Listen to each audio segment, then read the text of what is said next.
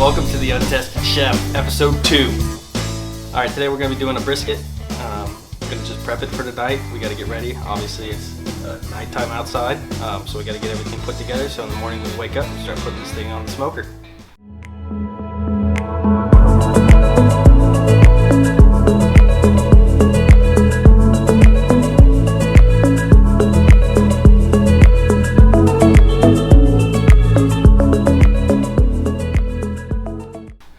Now it's time to wash your hands. First, you gotta have some soap to go with that. Soap! Alright, so you need to wash your hands for at least 20 seconds. Happy birthday twice will work. Whenever you're handling any kind of raw meats, you need to make sure that you're always doing a lot of food safety. With that in mind, you need to make sure that you're not cross-contaminating anything, and that it's just keeping your area clean, especially when you have raw meat around. Alright, now it's time to trim the meat. Whenever it comes to brisket, you don't want to have too much fat on it. There's a lot of fat in brisket, so you got to trim off. You want to leave about a 1/4 inch of fat around the edges. So we'll go ahead and taking care of that. So right here, this is going to be like a hard piece of fat. That's not going to render down during the cook, so you got to cut off just a little bit of that stuff. Alright, so we got to get back to the brisket. You gotta risk it for the brisket. Anyway, so you gotta get into the brisket, and you gotta cut off the fat that's not gonna render down. So there's a lot of like hard fat on the top portion of it. You gotta cut it down. Leaving about a 1/4 inch of fat is probably your safest bet. Don't want to cut off too much, but don't want to leave too little.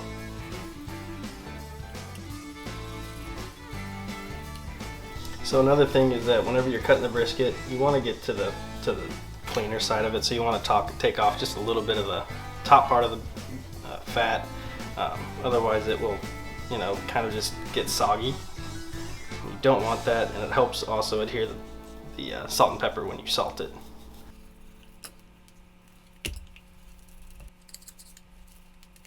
So you can see right here, there's about a 1/2 inch, so we'll cut down just a little bit more of that and try to cut some of this top cap off a little bit.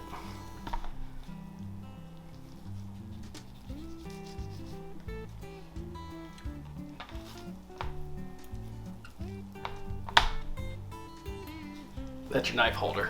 Alright, now it's time to get the salt and pepper on.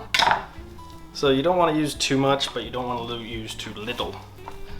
So I'm from Texas, specifically Central Texas, and they do salt and pepper is basically all that we're going to do today. Some people can do any kind of spice that you want to do. You can do garlic. Some people put cayenne, some people put cumin. It's just whatever you want to do. So just lightly rub all the edges, all the sides. This is going to definitely make a little bit of a mess, so be prepared.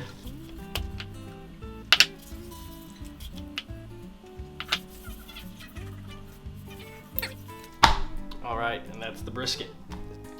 Alright, so once you get the brisket salt and peppered, put it in your pan and put some plastic wrap over the top, stick it in the fridge.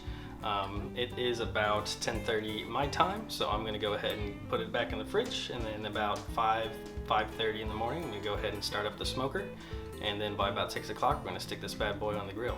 So stay tuned, we'll be back in the morning. Alright, so at this point, we're going to get the fire started, put some wood chips into the grill so we can get that smoke going just how we want it. We're using post oak. It's kind of a Central Texas type wood to use. Put the stone on, and then the grates, and then we'll put our pan in, and we'll put a little apple juice in there, and we'll close the grill and let it get up to temp.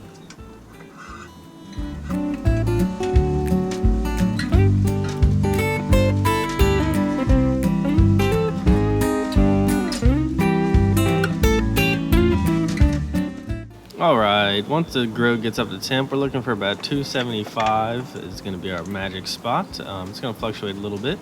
Once you get it to temp, put your meat on and just leave it alone.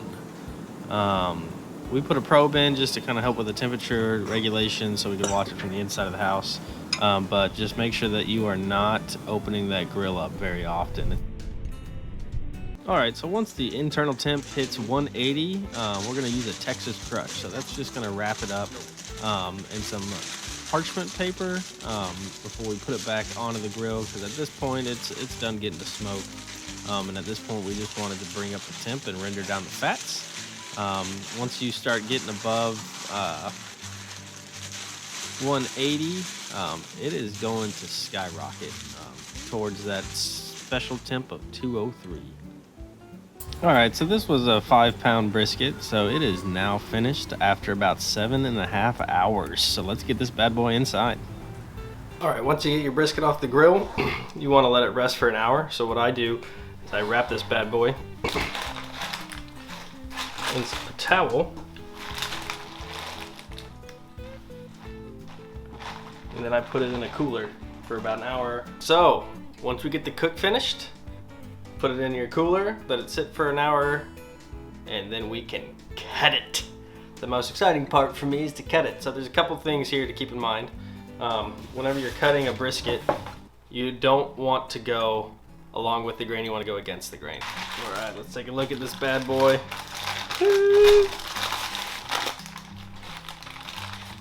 Now that right there, folks, Central Texas style brisket. Woo!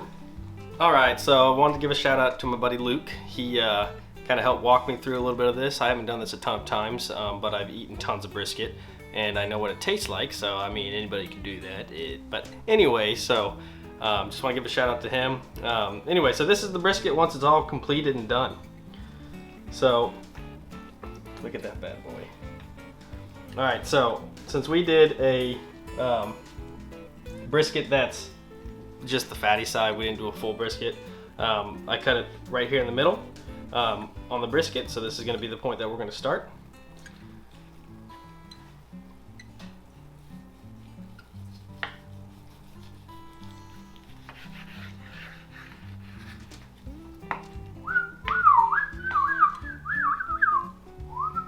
Let's give that a little bit of a taste.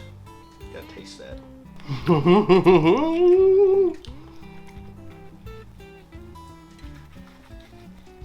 Look at that smoke ring in there. Woo! So this you want to go about 1/4 inch.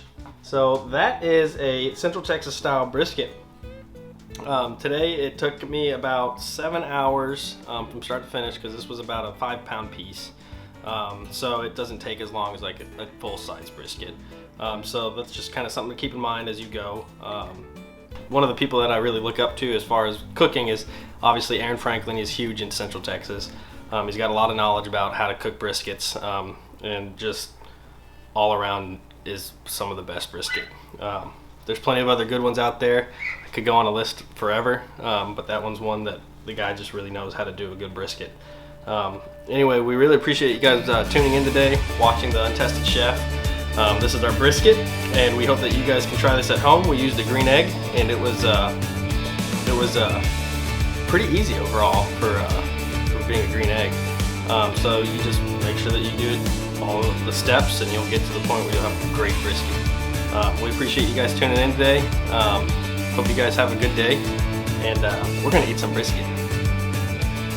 Hey y'all enjoy these episodes that I make. It'd be awesome if you could subscribe, hit the bell, like us, write some comments in the bottom. Tell me what you thought. Give me some ideas for what you have thoughts on and what we can maybe do in the future. Let us know. Subscribe.